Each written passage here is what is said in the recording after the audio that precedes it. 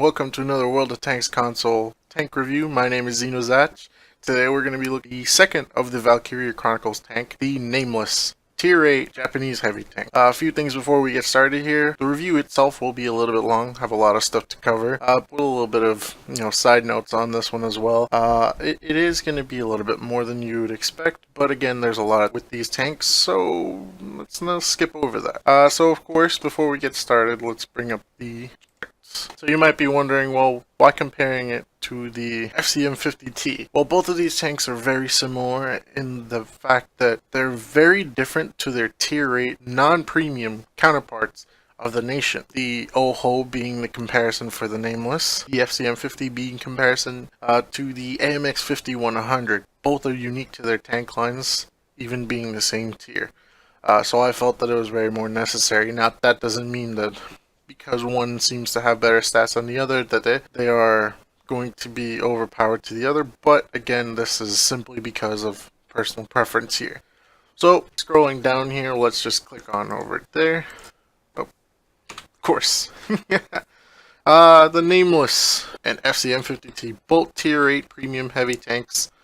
Very unique, as again, compared to their nation counterparts. The Nameless, of course, being from Japan, the FCM50T from the Friends. So, firepower, overall firepower for the Nameless beats out the FCM50T by just merely 1 point. Firepower for the Nameless, 37, 1 point again, barely beating it out. The caliber of the gun might seem very unique to their tanks. The 90mm on the FCM50 is just the exact same 90mm that you get on the AMX50-100 autoloader. Of course, that's a 6-clip round autoloader on the AMX50 100, but again, nothing too big there. The 88 is very unique to the Nameless. We'll be getting to that as soon as we scroll down a little bit more to the penetration and damage, which will probably throw everyone into a power creep type mode. So, ammo capacity. The FCM50T holds 91 rounds in its ammo stock. That is ridiculous. I don't even understand why they give you that much anyway. Probably have enough to destroy the entire team over a couple times. But again, not too bad. 68 for the Nameless. It's pretty good, actually, compared to with the amount of damage that you can actually do. DPM. The Nameless actually beats this one out slightly. 2001. This is the actual value you get from base stat tanks. These are not including any type of bonuses that you get with Brothers in Arms, Vents, or the medium caliber gun rammers. Or either use the large calibers. But again, base stats of each tank. DPM, the Nameless actually gets higher. Rate of fire. SCM50T takes this at 8 rounds a minute compared to the 6.67 rounds that the Nameless has. Again, reload time 9 seconds for the Nameless, but FCM50 beating it out with 7.5. So again, the DPM questioning here. It's like, no, why? Come on, Xeno, stop lying to me. And that's when we come to the penetration of this. Let's just go more so we stop building suspense here. Yep, there we go, power creep mode. Everybody in the comments or on World of Tanks forums have been complaining about this. The Nameless, of course, having a penetration on an 88mm of 220 on the standard AP rounds, 260 on the APCR rounds, 44 penetration on the HE rounds, beating out the FCM50's 212 on the standard AP, 259 losing out by 1 to the, I believe that gets APCR as well. But the HE getting that slight, I'm guessing that's because of the 90mm. But that's where the uniqueness of this 88 is actually really what people are more concerned about as far as power creeping. An 88mm gun that does 300 average damage was kind of one of those big things that stir up people up on the forums. And again, RNG 300, you'll see that a couple of those in a couple high rolls of that on the replays, but that's kind of the uniqueness. You have a higher caliber gun that does less damage. This is the only 88mm I know in the game that does 300 damage, or even more than any other 88mm in the game. Again, that's a worry for concern, but I don't think it's overall overpowered factor to this tank. You'll notice why when you see the balancing factors for this tank. So as we scroll down, we can see the shell velocity and shell cost. FCM, even though has a lower penetration value, the shell velocity on its standard rounds and its premium and its HE still beat out the Nameless, and you'll notice that right away when you're trying to catch targets on the move. The shell cost on this actually reflects more of a 100 mil rather than a 88 mil, with the 1015 average cost of the standard AP round. I don't know why I highlighted the 4800 on the FCM50T. They're both the same as far as premium rounds. They both cost the same. However, you can notice the difference again for that 88mm, 920 for an HE round versus 255 for the FCM50T. I don't know why. Again, using an 88 lower caliber, just because it does more damage should not cost that much. But I guess that's the factor in it. Down there, max range of these tanks is 750, perfectly balanced. Aim time, both 2.3 seconds.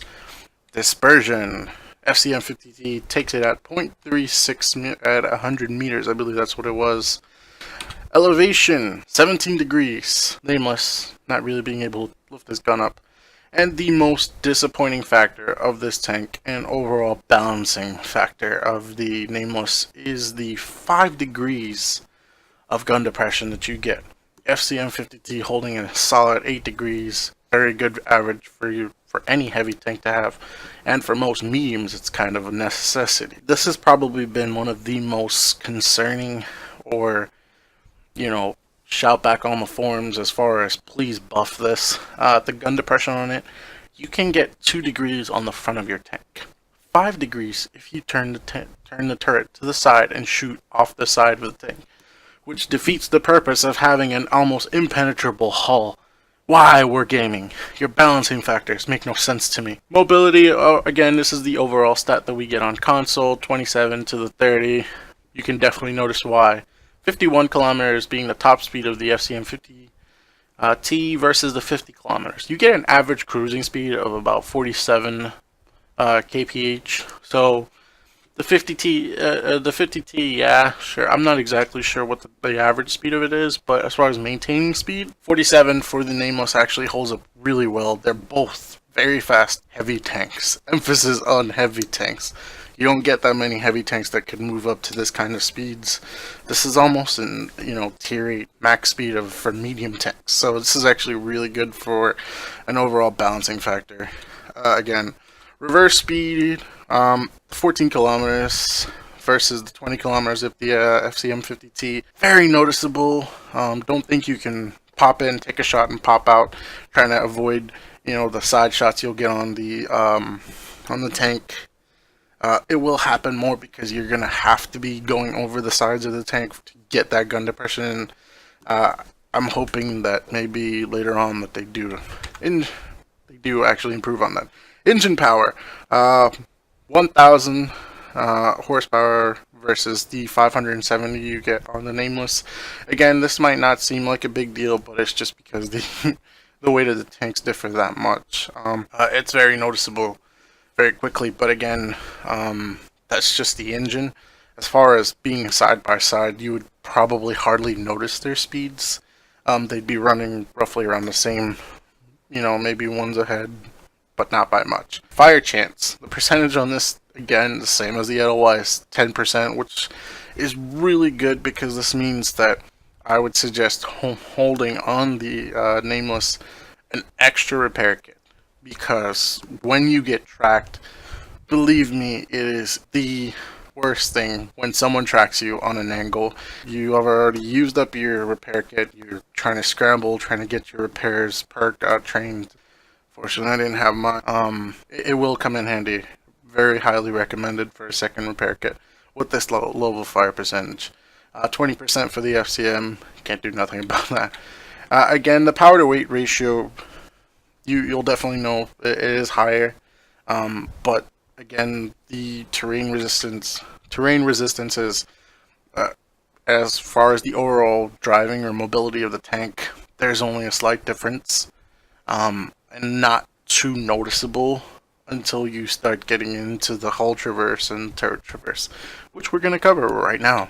36 degrees and 40 degrees versus 26 and 26. Yes, that's right. The turret turns as fast as the hull.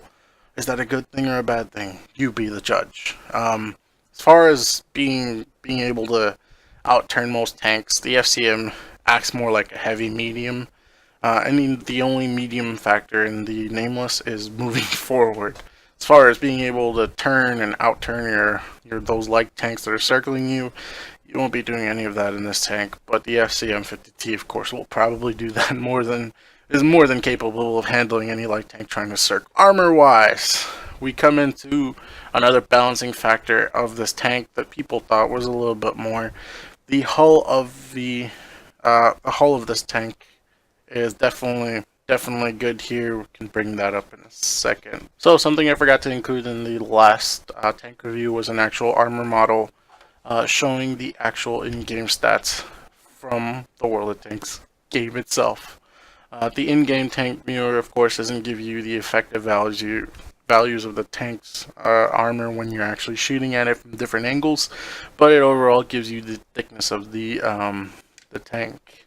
The front plates is roughly the same as on the PC version. That very high, that highly angled front plate will probably bounce, and not probably will bounce a lot of same or lower tier shots at you. But be careful to always try to angle the front part. But as a side note here, try not to over angle. Exposing the side is very bad, as you only get about 88 millimeters of protection on that. 71 to 90, I think it's like 80. 88 is the rough value. No, 80 is the rough value. 80 on the sides and on the rear. And you'll get a lot of tier 6s. It'll just penetrate you like nothing. I've had no issues going against that, but always try to keep the front of this tank towards your enemy. It's just whenever you see them shoot, try to go, forward, back, try to get that armor to dip a little bit more towards the front so that the angle will cause an auto ricochet. The front hull on this tank is probably the most unique as far as being able to bounce, as well as the turret. Don't underestimate the turret. I believe it's 220 on the front. You can see it right there you can see it right here on this red. Forgot I could use this. You can use this pretty well, but be careful that this, even though it's on that slope right up there, this is still not technically a weak spot unless you overmatch it. Most tier 10s will actually just go straight through the front of your tank, whether that be because they're loading premium, their penetration tends to go really high, overmatching your armor anyway. It's one of those things. You'll have to be careful. As well as this turret might seem like a weak spot with how big it is, but it's actually not. I've seen a lot of people been shooting at it, and because of the I guess unique, I've had a lot of people ricochet off of this corner or off the angles of this. I don't know why. Can't really explain it, but I've had a lot of people. I said it's not as overpowered as the E5, but it does have a really good good armor thickness around it, so you will ricochet a few shots to it. But mostly you want to be using the front. Again, disappointing factor for this is the gun depression. You only get about 2 on the front, and until you turn the tank to about here, you're getting the tank off to about here. Is where you're actually getting the 5. Anyway, between here and here. The minute it starts going closer to the rear, it loses and goes back to about 2. I don't think it gets any gun depression on the rear of the tank. Not that I've noticed. I haven't really been trying to fire backwards. Keep the front of the tank. Guys. So, definitely the FCM 50T, even though it's a heavy tank again, more like a heavy medium, doesn't hold up in armor as far as turret and hull in this comparison. Health, 100 points more than the FCM 50T, and I believe, let me double check my things before I open my mouth again. What does the OHO get? The OHO gets 1700, so 100 less than the OHO. So again, being a tier 8, this is still really well well balanced compared to most premiums. 1600 health for a heavy tank is really good. Just gotta again use your armor to your advantage. Go and take advantage of lower tiers. Don't go against some don't go against all those tier 10s and 9s thinking you're a god because you can take care of little tier 8s, 7s and 6s that you can see. So concealment. SCM again gets a really good camouflage rating, both stationary and moving. It beats out the Nameless. That's probably because of the bulky nature of the Nameless. It's very unique again. View range 370 is the base. 400 is the base on the FCM50T. Man, this comparison is kind of either leaning more towards people getting the FCM50T versus the Nameless. Not the point here, guys. It's just to compare. 400 base view range is actually really good, and I did not know that until I started looking up for this comparison. Radio range 750. Again, not big a deal. Tank cost, again, what it all comes down to at the end of the day, 11,700 gold is the standard cost for the Nameless, and 11,900. Now you might be wondering, but it's lower, why is it highlighted? Because it costs less, that's what you want. Save money. Of course, the premium bonuses that each tank applies to: 50% silver for the Nameless, 10% experience, 45% silver, 15% experience to the FCM50T. 15% might seem like that could be the difference between you wanting to train your crews more versus wanting to earn more. Does the Nameless earn money? And just to give you a little quote from what the online directory says about that, the commander in this tank constant is a woman with a lovely smile who is obsessed with making money, and her tank is no different, people. Her tank is no different. So, go into the gameplay. So, this was probably my third day trying to get this tank up. I think I'd pretty much been just trying to grind through, get the 6th sense on this tank, get it going, playing with Helios beats, and popped ahead like normal. Popped ahead's pretty much the guy I stream with. That's why you'll always see him lurking in there, guys. Don't worry. Again, stuff from the stream. Can't really avoid it. So, this one was a pretty good match. Tier 8s being the highest. Mostly, most tier 7s and 6s in here. This is probably the matchup you want in this tank the most. And this is where you can take advantage of that bulky hull and turret armor more than you really would in a bottom tier match. This is literally the best. This is as best as he's gonna get as far as being able to completely use that tank and have no fears type moments. Get a good shot on the Zizka. Of course, he almost regrets everything popping up there. And of course, I'm trying to move a dead tank. Type 59, the other premium tank, known for making money until now. Everybody in, keep them moving in here, going up and down. What will they do? Come on.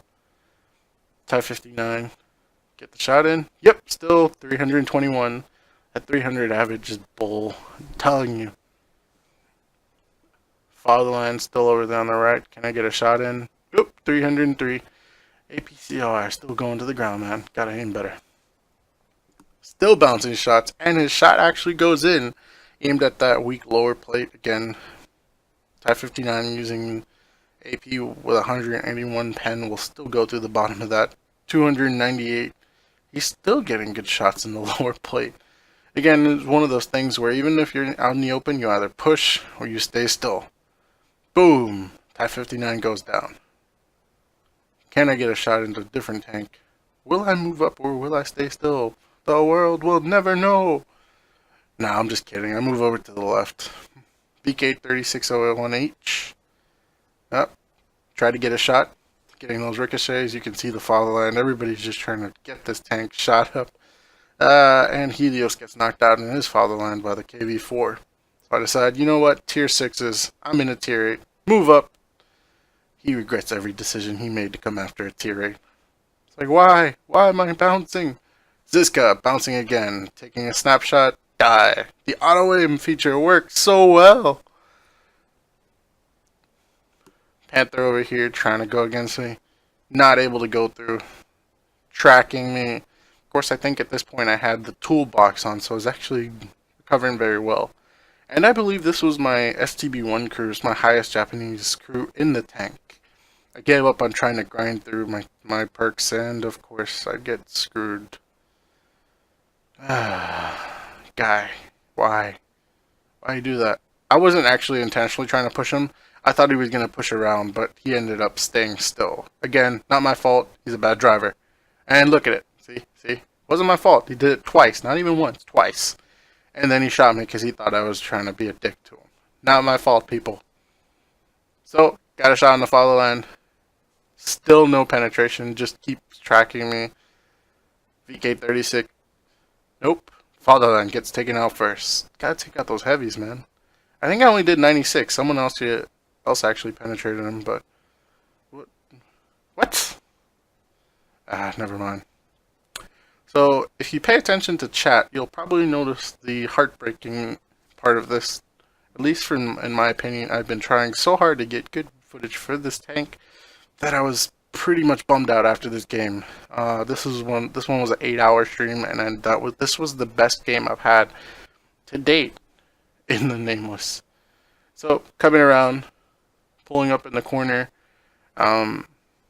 still trying to get it. The other Nameless taking a shot, 314, good high roll, boom, ram for the kill. Taking that artillery kill, ha! That's what you get. Aiming in your little top-down view won't do anything to me. KV4 in the front, gotta get some revenge for Helios, on 5 kills. Can I do it? Can I avenge my buddy? I actually don't remember. Do I get this one? Auto aim. Damn you. This, kids, is why you should never auto aim. Pick your targets. 318, good high roll. And of course he bounces on the front because auto aiming. It's that feature you can always use. 305. I didn't get the kill, but I got the damage in. 4502B. Taking so much heavy damage. Again, trying to push up. Trying to take the win. Can't pay attention to the light tank. Or the artillery. Will the Hellcat get it? Move! It's mine! 19, but well, I didn't mean to ram you. You stayed still. It's not my fault, guy. I'm just saying. So, pushing around. On 6 kills. Got the top gun. 18 pens. Of course, that's just... I couldn't get the overall part of that. I don't remember, because it's a difference. Because you're getting killing shots versus the full damage shots. So... trying to scoop around, know where the artillery was. Oh, spotted. Do that handbrake in a heavy tank. He fired. He screwed up. Not my fault. You saw it. You gave me that kill. Pushing around. Everybody was like, scramble, scramble. Get the light tank. And I was like, 7 kills? Wait, 8 to Radley Walters. You know what? Might as well run for it. So at this time, I'm like rushing in. Keep paying attention to the chat, by the way. You'll notice. Don't listen to my rambles. Trying to push around. Getting up to that top speed. Again, the average cruising speed, 47. Not too bad. Top speed is 50. This tank's still very mobile for a heavy tank. Compared to the the tier 8 Japanese tech tree tank. This feels completely different. And it's actually why I compared it to the FCM50T. When you get a difference from what the tier 8 standard tank is, it actually just made it simpler for me to just pick it out. So, figured out he wasn't there, decided to push back into town. He's probably going to go and try to stop the cap. Interception. Come on. At least you should hope so, because that's what football terms are for. So, keep pushing across. Trying to tell the guy, stay in there. We're all going to come across. Pushing over. Getting up to some good speeds here. On flat level grounds. Can I do it? T-3485. Was it him or the other guy? I think it was the other guy that kept messing with me too much. AMX-12, the last one on his team, against 6 tanks. Can he do it? Will the heartbreak happen? I mean, you could pull it off if you're god-level skill types. But unfortunately, that's not what today's about. Yep, 8 kills, 20 pens, Bradley Walters, and the disappointing factor of this game. Ready for it? Yeah! It's exactly my feelings too, I know. Unfortunately, I wasn't able to get the end credits of this tank. It was pretty much one of those, uh, couldn't do anything. Tried to get Wargaming developers involved. Unfortunately, I haven't heard back from them on the issue. But that's not the only clip. That was just the best game I had in the tank. There are segments of games that I'm about to show you that demonstrate effective use of the tank versus non-effective use of the tank, because believe me, I actually had that. So, one of the negative aspects of this tank. Gun depression. You'll notice this right away. Going up against tanks, you can get ricochets, tier 6s, tier 8s, what do they care? Unless they aim with some premiums, they'll never go through the front of this tank. Until you screw up and then give them the opportunity they need. Yeah, burned my repair kit earlier, so now I'm stuck like this. And this is probably the biggest complaint people have had. In order to effectively use the tank, you have to put the turret over the hull, which then exposes the weak side armor that you have on this tank. Unfortunately, there is nothing but improper usage here. Please don't try this at home. Use your armor effectively. Keep it facing forward. Yeah, that was completely my fault. Nothing new there. But try to keep your tank more facing forward. That gun depression is horrible, so the minute you take your shot over the side tank, adjust it right back. And this is also why I recommend the second repair kit, because using a fire extinguisher, again, 10% fire chance, not necessary. Just burn it in with a second repair kit. Either that, or you have the repairs perk, track mechanic, as well as the toolbox, and that might come in handy, but I don't recommend the toolbox if you have those perks, because you will need view range on this tank. So, the final clip of this one will be how to effectively use this tank, whether you feel it is or not. So, pulling up on this one, I don't remember, this was actually prior to all those other clips. Again, streaming way too much, trying to get just clips for this tank was ridiculous. That Radley was, from the beginning, was probably the best game I've had in it, even to now. I don't think I've come... But, skip all that, let's get into why I wanted to show this one. How to effectively use your Nameless. And I have no idea what that guy did, but tank happy, bro. Tank happy. KV2, strong tank. Bounces with the gun. Chaffee up on the mountains. Spotted me. And nope. Denied. Yeah, my team was just getting into it. Again, the Nameless being more mobile got up into the positions a lot faster. Oh, don't escape me. 358. What a good high roll on that one. I didn't really notice that one in game. High roll on the Tiger 2. Will the Chaffee escape? Nah. 286, of course, because his tracks eat most of the shot. Damn, 300 average. Bull. So, got the Knight. KV2. The Fatherland. And the Kaiju in front of me. Along with the ISU 152. As well as a Centurion 1. Will I do anything? And he screws up. Effectively. Again. Turn it right over the turret. Turn the turret right over the hull of the tank. Get a shot in. Pull back. Angle as best as possible, people. Keep the front of your tank towards your enemies. Take the shot. Pull the turret over the hull. Pull it right back. Use the front of this tank. I cannot stress that enough, because you will find yourself in this situation so much. Turret showing its strong points there.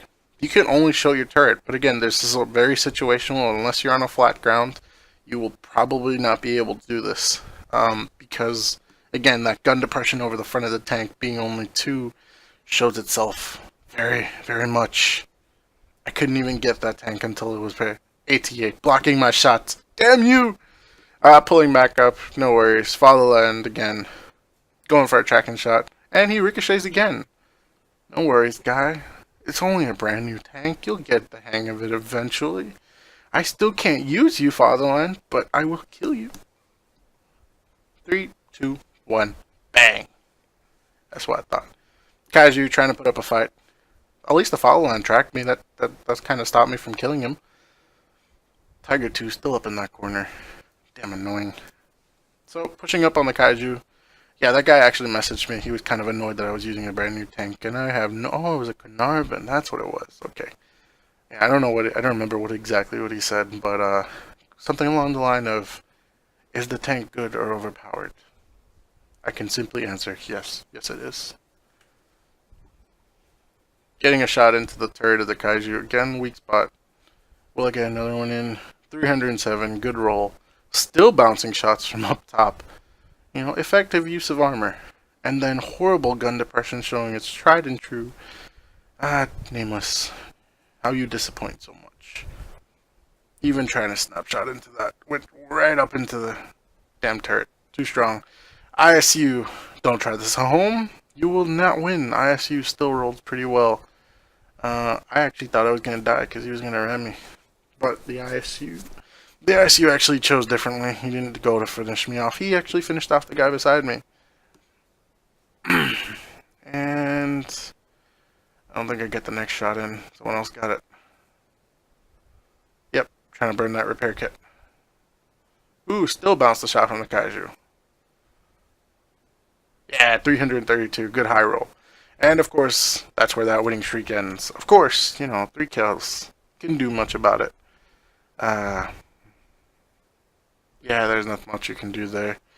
But this was the overall ending. So, the overall ending for that one, of course, that's a ton of silver. This is still just a normal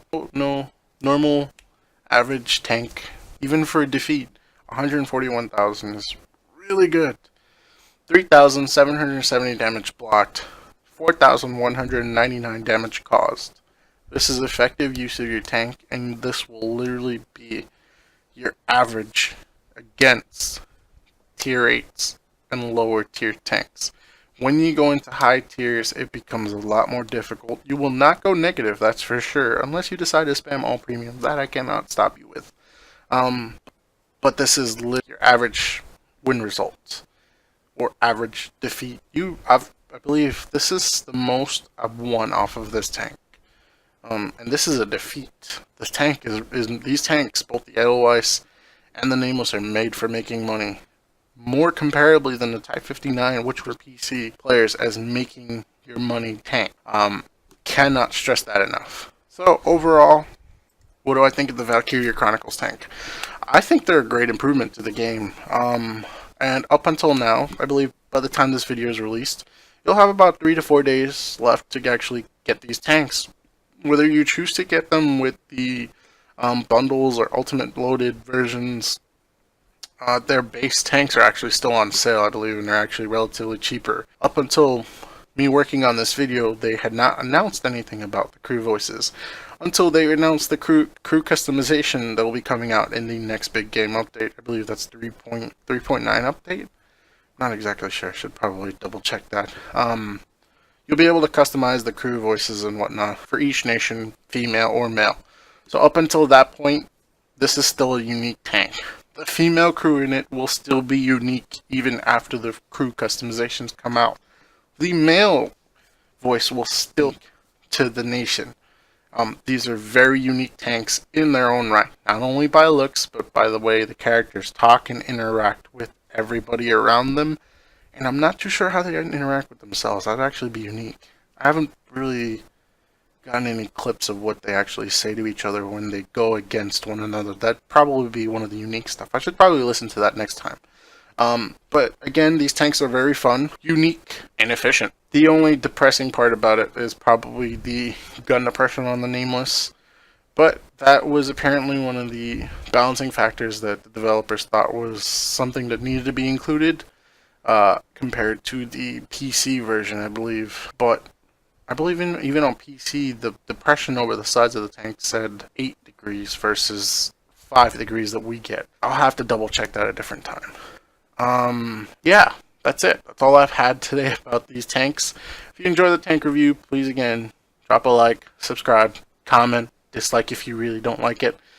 Has been a lot longer than you would want, but again, I had to get a lot of stuff covered.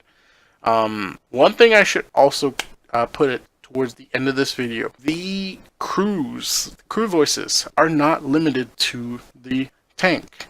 Unlike PC, we're freely able to move the commanders from any tank that you so please. So if you don't like that tank, such as the Nameless, but you want that commander, because of the unique voice. You're freely able to move that commander to a different tank, non-premium or premium, and the crew voices will move with the commander. So even if you do not like the tank but want the commanders for their special voices, you can actually use that in a different tank that is of your preference. Of course, you still have to train your crew, but you can use that tank.